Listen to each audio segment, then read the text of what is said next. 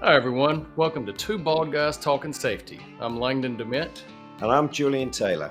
and welcome to our podcast. The Two Bald Guys ride again. Yes, we're back. It's the Two Bald Guys Talking Safety, and we're just enjoying the calm before the storm because every 2 years, myself and Langdon are really good buddies, but every 2 years, there's a little event that happens in the world where we actually become big rivals, isn't there, Langdon? You know what I'm talking about, don't you? Truly, I do know what you're talking about, actually. We're Ryder Cupping now. We're Ryder Cupping, yeah? Ryder Cupping. I feel like this year you're going to lose. We feel pretty Just good. remind me, how many years is it since you won in Europe? It's been in my lifetime. Yeah, it's been in your lifetime, but it was a while ago, I think. Yeah, it was. What, 30 or something crazy? We love it though, don't we? We love it. Yeah. Feel good this year. I think on paper your team should absolutely hand it to us, but you don't play the game on paper, do you? No, indubitably we don't. So anyway, there's lots of people who listen to us who think golf is just a good walk spoilt, so we should move on. Yep. How was your weekend? We've just had a bit of so it's an interesting couple of weeks because lots of days off. I know, really. It's been great. It was good though, because I feel like a lot has been going on with work and various things of some travel and stuff. But then, I know for you, we can get kind of hit on that. But then we had here in the States, we had a 4-day weekend. I know y'all had a 3, but you were off, I guess. Well, you weren't, but others were off prior. Mental health day, which led into our Labor Day. So it was, and then the growth of the stash during this time frame. Yeah. For those of you listening on Spotify or Apple, you are missing out big style on Langdon's latest attempt to become Magnum PI. I mean, I'm feeling my inner Tom Selleck outside of hair on my head. I can see your inner Tom Selleck starting to creep out. Thank you. Next time I should have worn my Magnum shirt, but I didn't. How was your mental health day though? So I did spectacularly well because we had a public holiday in the UK. We then had the Friday off, which was a wellness day, not a mental. It was a wellness day, I think it was called. But I suppose I was lucky enough that I got sent on a trip to Australia, which was fantastic. It was a great opportunity to sort of meet a sort of the wider team that we work with down under, and I don't often get that chance. But the biggest bonus for me, Langdon, was I got to go and see my baby. Got to go and see my number 2 daughter, who I haven't seen for 12 months. Wait, time out. I I'm know she's actually not listening. You need to clarify that. I need to clarify that. That is just simply in birth order. There is no preferential treatment being handed out here. So they do constantly argue about which one's the favourite. So I just tell them neither of them. So, fair. Yeah. But it kind of just reminds you about what's important in life when you've not seen somebody special for that long, and then you get a chance to wrap your arms around them, which you can't do on a WhatsApp call. And I do admit my eyes were watering a little bit when she walked out of the station towards me. So I don't envy you on that. I will say we've talked about this on a serious note, everyone. His kids both went about as far as you possibly could from where he lives. So I don't know what he did to push that, but that would be difficult. there's a good buddy of mine, and he said your job as a parent is to train your kids to leave home. And I say I've done a great job. I just wish they would leave home a little bit nearer. So and one's in Australia, one's in Colombia. So the other thing I've said to them is if you could get on the same continent, that would at least really help me in terms of actually getting to see you occasionally. Yeah. So you were flying back on Wellness Day then? So wellness day, I was going to get to the point. My wellness day actually consisted of probably 14 hours sitting on an aeroplane from Melbourne to Doha, and then 2 or 3 hours sitting in Doha airport. So I'm actually going to reclaim my wellness day this Friday, and I'm going to go and do a bit of volunteering for a local charity that I work with, which is going to be great. So Do yeah. you, when you hit that flight? So I did a flight back from where, I guess it was, I think it was New Delhi a few years ago, and I landed in Paris, Charles de Gaulle, and it was one of those, you flew whatever 10 hours from India there, and you land, and you're just like, oh, thank goodness. You lean back in your chair, and then you realize, I am barely halfway, and I have another one of these. Did that hit you at any point? Well, it's funny, isn't it? Because I saying your whole perception of what is a long flight changes, doesn't it? And when you've done that leg from anywhere to get to Australia, anything else seems pretty easy. So when you say, oh, then you're going, oh, I've only got a 7 hour flight now to go from Doha to Manchester. So I thought I'd looked out as well because I was sat there. I was on the plane pretty quickly. I was one of the first ones on the Doha to Manchester leg, and I got a spare seat next to me, and it was going longer and longer and longer, and nobody's in the seat. And then right at the death, I see this guy walking down the aisle, and I'm like, no, damn it. And that was your buddy, right? Was that the same one that you and I've talked about? Yeah, he was a bit of a spreader. So for those of you who travel on aeroplanes, you know exactly what I mean if I say he was a bit of a spreader. So I had to discuss with him the etiquette and the way that people should behave on aeroplanes. For example, whose arm sits on what armrest and whose knee juts into what area of space. But we got on quite well after that. Yeah, the basics of flight etiquette and really just flying. Yeah, it's the basics of flying. Anyone who knows me knows I can get onto a bit of a rant when we get into flight etiquette. Yep. That's really. I'm glad you're back. And honestly, this just came to me. That's really a perfect segue. The basics of flight etiquette.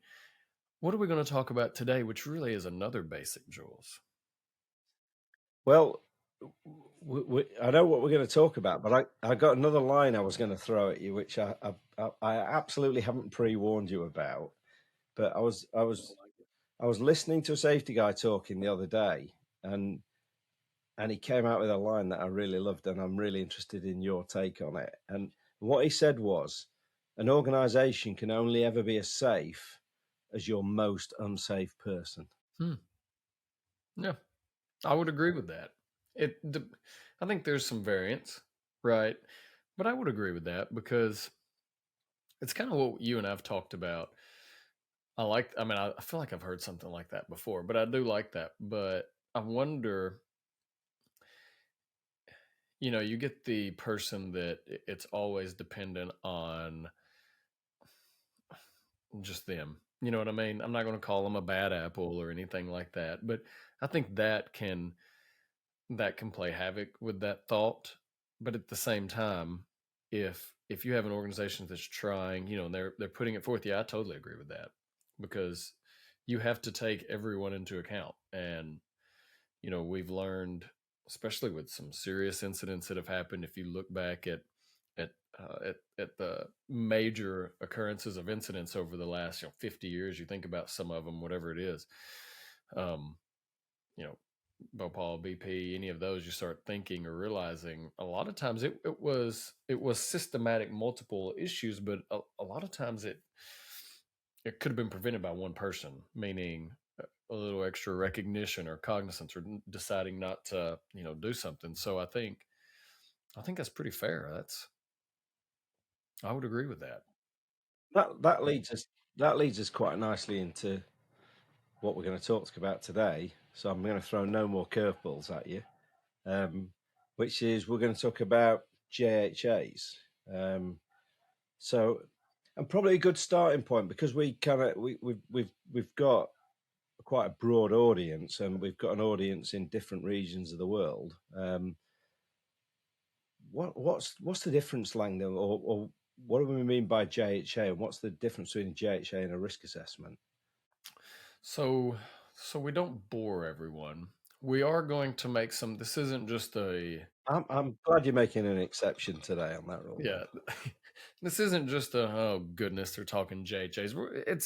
It's a little bit more I think holistic of what are some things we could do differently, and then even leading into maybe better task oriented. So kind of prefacing that, but typically, and I know it can excuse me be a little different in the States versus the UK. But if you look at it from a so JHA, job hazard analysis, JSA, job safety analysis, most people use those interchangeable. There are some slight variants, but for this, let's just keep it the same.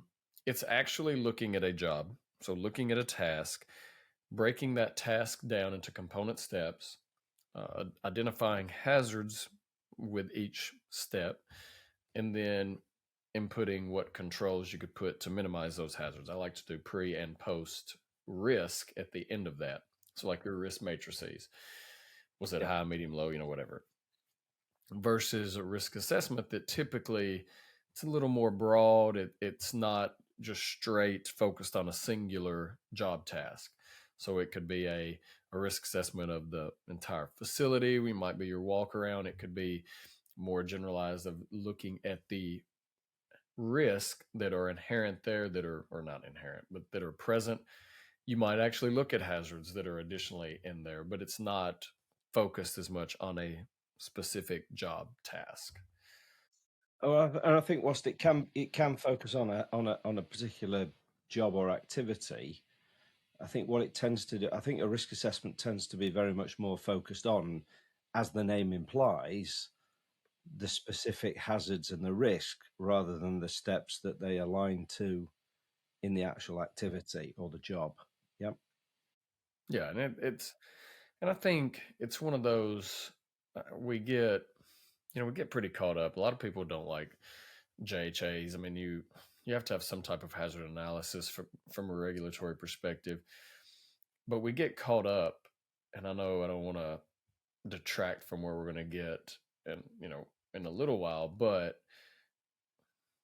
maybe it's time we start thinking a little differently instead of putting so much focus on hazards that we actually think about it from a job perspective, which really you can do that with a risk assessment, with a walk around, quote unquote, walk through, whatever, or a JHA. If you keep it focused on the task, everything else kind of you can start piecing together. So it's to me we need to think a little differently on how we do those, because I've told you before, I remember going working with an organization, and they were talking about we were trying to figure out some best practices for JHAs. What could we do better? How can we maybe get these more as a living document, which they should be, right? And then upon further discussion, realized they had like 50,000 JHAs, and I mean that's you're so everyone, if you can't see right now, Joel's is just laughing. Honestly, that was my response too. I was I'm just laughing because actually that just sums up the stupidity of some safety systems, doesn't it? 50,000 documents.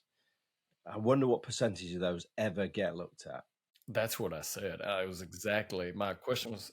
Well, I posed it a little more as kind of laughed for a minute. I had to hide that because they were being pretty serious. So I was like, "Got to lock it up, Langdon." But it was how. So how do you manage that? And I got some, kind of bare looks, and they basically just created them for everything, and then some things got reviewed, some got updated as they should, but the others didn't. So it was one of those. Well, what's the point? What happens if someone goes and grabs a JHA and then it's totally out of date? I mean, so we talked about that, and they didn't have an answer. And I don't mean that bad. It's a very large organization that they do a lot of good when it came to health and safety, but they were missing the mark, um, big time.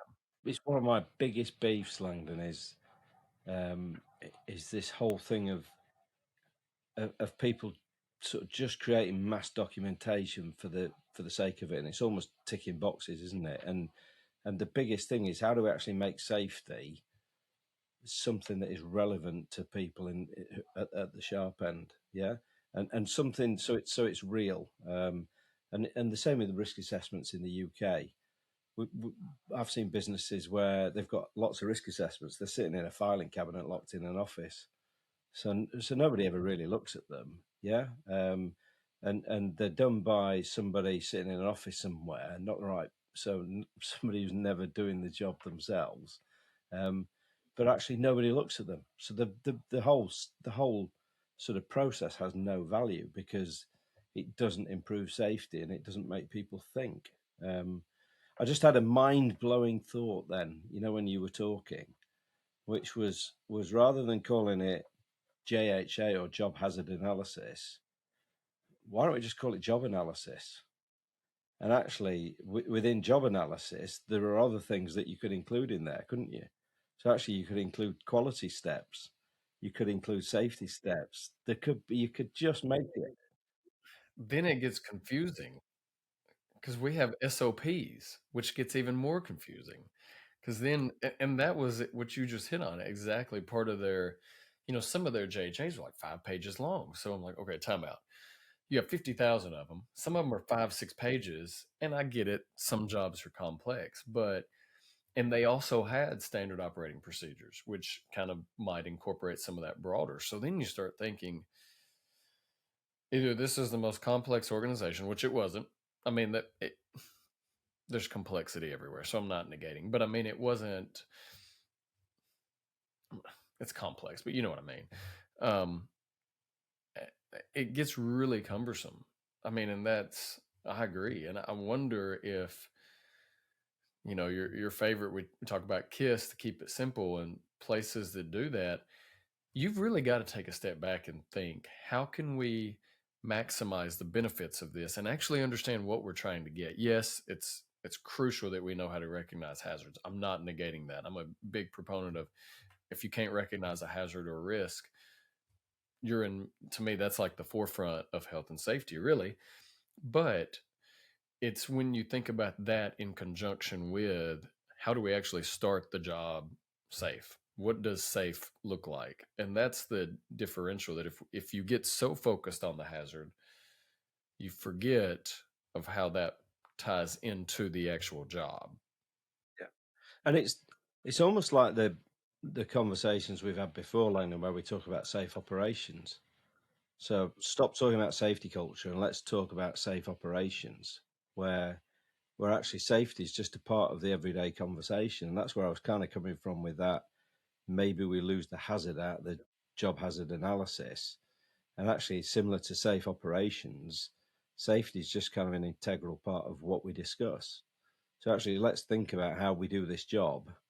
Let's think about how we do it as efficiently as possible. Let's think about how we do it in the best way in terms of quality, but also how we do it in the safest possible way as well. And actually, that might start to just engage more people in terms of actually looking at these kind of documents, because it's not a safety document; it's a job document. Yeah. Um, And I think, no, I agree. Because ideally, can you I can, patent that idea? By the way, can I just put my stamp on it before anyone steals yeah, it? go ahead. I think you should. I think that's a great idea. It's one of those also. I wonder, and so I used to do a lot of JHA workshops, 4 hours, and every time, and it wasn't because Langdon DeMint was teaching it, but I mean, maybe it was actually. Let's take a step back and focus on that for a moment. But no, I'm just thinking 4 hours of Langdon talking about JHAs. That I'd be catching up on some sleep. I'm telling you, and that's why a solid 2.5 to 3 hours of that we did workshops and it working together, splitting in groups, and it was because, but every time, so I did it at AIHA, NSC, kind of on the PDCs, the pre conferences. I think I did it at ASSP a while back, and then I just decided not to submit there because doing 4 hours was a lot. But anyways, it was every time the class was filled and I would get messages about potentially expanding it. So what that tells me is a couple of things. And through discussion they were very we always had really good discussions. And there was a couple of things everybody and they were full of, one off meaning a singular manufacturer or a single location, safety manager to directors to how can we get this across the board. So it was various degrees, levels of organizational structure and health and safety professionals, but it was always filled. And it intrigued me because some of them they didn't use them, they wanted to figure out how to make it effective right off the bat. Some of them used them and they were just trying to figure out how can we do it differently. So it was called integrating JHAs, so integrating job hazard analysis. And I think it's all in the details, but it was all about how can you create a simple JHA. We would go through building one together, thinking of things we don't always think about, thinking of the broader risk, putting that in perspective, thinking about it a lot more. Let's look at the ergo. Let's look at some of the infectious disease, the health side we can prevent. I mean, so it was taking everything instead of just how we get focused on the simple, easy to realize hazard that there's water on the floor. There's he's always working where there's a leak or something, or he's always having to lift, or he's not wearing, and instead of thinking that, it was really looking and kind of thinking it broader. And then how do you integrate that into your systems to be effective? And so we always would do that. And we always got excellent conversation through that because everybody has different ways of doing it, right? But it's how can you really maximize that? And when I was doing whether it was internally at past organizations, doing a lot of working at my facilities or the consulting piece, one of the easiest things to do is not include necessary people, meaning the actual people doing the job. It's easy for me to go up and okay, it looks like with this, I can watch a video, go back and create it, and then I check it off. These are the hazards because I know what to look for, and done. But you're missing I'll just say a viable piece if you don't incorporate the employees. And that's something I always wanted to push. Don't just use your perspective as a safety manager if you're going out, but your perspective, the person doing the job, the frontline manager. I mean, and that's when you start realizing you're getting that engagement, you're getting that buy-in. And that's just for the JHA. That's not even thinking about it from doing a risk assessment, which you could do that just as easy, getting all that involvement. So it's something that is still very talked about, but I wonder if we could start doing it a little differently to maximize, what we want to get out of it. I think that what you're talking about there in terms of who does it, actually there's so much to be gained from getting the people at the sharp end to actually create the JHA. Just that sort of, it's like all of us, isn't it? If somebody shows us that trust to do something, that starts to build your own self-esteem. It starts to build your engagement, um, and it has far bigger knock-on effects than just safety, doesn't it? Because that person starts to feel more valued. They'll contribute more around other areas of the organisation. Um, but most important of all, actually, if you've written something, how much more engaged are you with that thing than if you're just giving it or handing it? Yeah. Well, especially if you keep them involved versus, getting permission, showing, getting, taking pictures, doing a video, which I love. I think that's great because you can go back and revisit. But it's different if you get there, if you kind of talk through it versus, oh, I made a video. Hey, look what you do. I mean, that's totally different than You know, the other thing that kills credibility straight away, Langdon, for something like JHAs, and I've heard this so often, is yeah, this person came in who didn't understand the job and then tried to tell us how to do it. Yeah. So why put yourself in that position? I'm realistic enough to know that if I walk into a facility I don't know and I don't understand, how can I write a safety document for that facility? You've got to use the people who are in there who understand it and know it, and you get all the sort of knock-on benefits of doing it in that way, don't you? Um, So biggest thing first of all is get the people at the sharp end involved in actually doing it. Yeah. Yep. And I think even you kind of start thinking, we get hopefully everyone has listened to the podcast we did with Todd Hone, and I think it's a lot of it is when we start trying to figure out where do we need to focus, right? And I like it because JHAs, yes, they're a little old school in process or whatnot, and they focus on the hazard. So while I was mentioning Todd, he's putting a lot of focus on SIFs. I mean, he does a ton of work around that. But I wonder if we can rethink. Now, valid, there are different tools that we could use as well, but how often do we even think about the JHA from that? We get so focused on the hazard, kind of like we were talking about earlier. How often do we actually look at what is the job? What's the task that we're doing? What Yeah. do we have to ensure is in place to mitigate any adversity, any serious incident? What are the main controls you can put in place to ensure? And then start thinking, okay, so we want to make sure we can start this job as safe as possible. I think in general, we think start work as, well, I'm only starting when I'm safe, obviously, but we don't really, do we really think about that? So I wonder if we can kind of restructure the our JHA mindset to even be, you know, preventative, not just looking at it for hazards, but let's look at it for the job. Let's think about the task. Let's think about the crucial elements that if something happens, we're going to have a problem. So then we can negate that and then associate hazards or whatnot. So it shifts that. There's that, and you could also almost include in every one, couldn't you? That whole safe to start approach as the starting point, couldn't you? Or as one of the steps in your approach. I think you were talking there about controls, and um, it was just sort of making me think about something we talked about before, which is the hierarchy of control, and it's almost, I don't know about you, Langdon.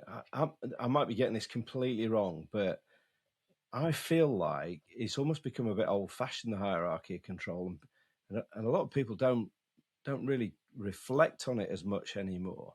Um, and in some organisations, you can see it. You can see it with there's a pretty quick slide down to the bottom to things like PPE. And I think again, it wouldn't do any harm, would it, to sort of reinvigorate the hierarchy of control and get people again back into that mindset of, actually, you said it there. What's the best way? What's the best way to control a hazard that I've got in front of me? And nothing ever changes, does it? The best way to control a hazard is get rid of it. So actually, can we start with elimination and then we work down from there? But actually, that's all should always be our sort of starting point, if possible, is to get rid of it. Yeah. Yeah, I would agree with that. I think it is. I don't know. I never thought about it that way, but it does seem it. For some reason, the hierarchy of control, you're like, oh, that's just an old fashioned topic. We don't need to hit it, but that's pretty crucial. No, I totally agree with that because it's different than Heinrich's triangle or something like that. That's kind of been debunked. I mean, The problem is we've got too many flipping triangles and people get you are confused with right. them, don't they? So Maybe we could come up with the hierarchy of controls to be. You remember those things where, like, you always see it at Christmas? Could be a little. I don't know what they're called. A little can Santa. Then you open it. And then there's a smaller one. Then you can open that one, and it's flipping heck, Langdon. I think that could be two bull guys swag, couldn't it? there. It's like little me's, little U's. We open up. Like a hierarchy Russian doll. Yeah, Yeah, is that what yeah. they're called? I don't remember what they're called, Called but Russian dolls, aren't they? Yeah, no. Okay, yeah. yeah. So I think that is maybe we could do that because I think it is crucial. It's not And PPE is the little weeny one right in the middle. the little one is the PPE, and that shows compared to the other. What's the importance, Jules? Patent, copyright, whatever you do. We'll get our marketing guru onto this. Yeah. That is actually a really good idea. I'm glad I thought of this. but but there is something to that because if you get job focused and task and start work, you start thinking about what controls are imperative that I have to have, because if there is some issue, because you want to eliminate, but that's unfortunately that's not practical all the time. I don't even know what percentage of that is, reality. But then you start getting to, all right, well, what are some things we can do to minimize to acceptable levels? And that's when it gets challenging, especially in high hazard industries. And I think that's where we've seen so many of those high hazard industries, they have learned how to control because they have experienced the catastrophic. But what you still see is, you know, when something happens, it's still usually pretty serious. Yeah, yeah. It's interesting, isn't it? It's just that, right? Have we done it as effectively as possible? An interesting story for you. I went to a really big glass factory a few years ago, and they had this. I mean, it was an incredible facility. I mean, they produced big sheets of glass, and they had this massive production line. I think it was quarter of a mile long, um, and a lot of it had this fence. So a steel mesh fence, so that you couldn't get near to the moving parts of the conveyor, which the glass was sliding along as it went through the different parts of the process.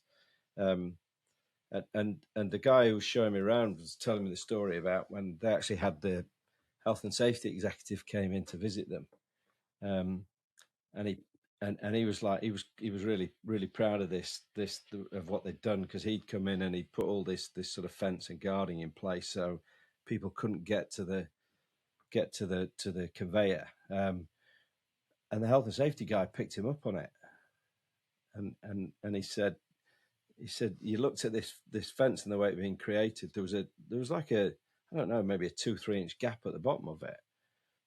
And the guy said, "You've got a problem." I said, "Why have I got a problem?" They said, "Well, anybody ever dropped a mobile phone around here?" And he said, "What if somebody's mobile phone slid in under that gap? What are they going to do? They're going to slide their arm under to try and get their phone back, aren't they?" Yeah. So even when we've sort of looked at something and put what we think is the right thing in place, that's the real value of coming back and reviewing things, isn't it? Maybe with a different pair of eyes to say, actually, is that the best way to do this? that's that's actually a very good story, because that also shows in, you start thinking about it from a pre-incident investigation or thinking about it from that. I mean, and that's a very quick good thought about dropping something. What does that show? That, that's something where they didn't actually they thought they were taking everything in consideration, but they were taking all the realized potential things, but not even thinking about some of the flukes we do every day. I mean, I drop my phone all the time. And again, it comes back to your point of thinking about the broader job rather than just the hazard, doesn't it? So actually, what are people going to be doing in situ around this particular piece of equipment or this particular guard, and actually trying to take everything into account? I thought it was a really interesting story. I think it is, and very applicable, right? I mean, to pre-incident investigations, to cognition, to even, I think, the JHA, and hopefully that's what everyone's understanding. We're trying to, I mean, it's a normal everyday topic, your JHAs, your risk assessments, but how often are we thinking about them differently? Even, and I think that's what we want to get, is being more focused on jobs, on task, on controls, to understand what things do we have to put in place, what controls are imperative to ensure that we're going to be minimizing any serious effects. And I think that's what we have to get. And then you can start creating your JHA off of that, to where it's, you start looking at the hazards and thinking about them. And I know not everybody's going to be at that point, and we a lot need to stick to the basic, quote unquote, JHA. But I think even if they start thinking about it a little differently from the task, you're going to start realizing that I think you can even make leaps and bounds of improvements quicker than if you just get focused on the hazard, because you're going to miss a hazard. That company you just mentioned is a perfect example. They missed a they missed a hazard. What if somebody had taken a water bottle and dropped it and it rolled under? I mean, it's That's it. Um, but it goes to show, doesn't it, how it's worth bringing different people in to take a look at things, particularly sort of getting those people at the sharp end involved to look at it because they understand the job as effectively as possible. But then maybe just sometimes getting another safety professional in, maybe talking to somebody who's in a similar industry and getting their views. Yeah, we always talk about safety is non-competitive, isn't it? And I think that's one of the real values of sort of safety is building out that community of safety people that you can talk to say, we're doing this. Have you got any thoughts? Have you got any advice? That's what I love about safety. When you go to the expos, you go to the NSCs or ASSPs, or you go to the expo in the UK. It's just getting that group of people together who just want to talk about what they do and how they do it. So, And just try to pick up something different that can be applied. That's, yeah. Well, Jules, I think we've nailed this one. I think we've rambled for long enough there. Yeah, we've had some light bulb moments. So we're not going to call them JHAs. We're going to just call them job analysis now. And then we need to sort some swag out, don't we, to reinvigorate the hierarchy of control. T-shirts and Russian dolls are coming your way, everyone. There we go. Yeah. Chocolate teapots and Chocolate. Russian dolls and T-shirts. That's what the two bull guys are going to come up with. Some sweet swag. Cool. Langdon, I'll let you take it away and finish us off in your normal style. Well, thanks, Jules. For those of you out there, I hope you've enjoyed the session today on JHAs and how we can do things better. But more importantly, as you go through your everyday, as you go through your work life, your home life, and community, let's remember to stay healthy, stay safe, and watch each other's back out there. Thanks, everyone. Thanks, everyone. Hey, everyone. Really appreciate you tuning into this episode of Two Bald Guys Talking Safety. Please follow and subscribe to wherever you stream your favorite podcast or visit us at evotix.com. And if you want to see how follically challenged we really are, come and check us out on YouTube. If you've got value from the podcast, please go to Apple Podcasts, and in the review section of this podcast, if you could leave us a review or a rating, that would be great. And as always, everyone, while you're going about your days and about your normal lives, stay safe out there and watch each other's back.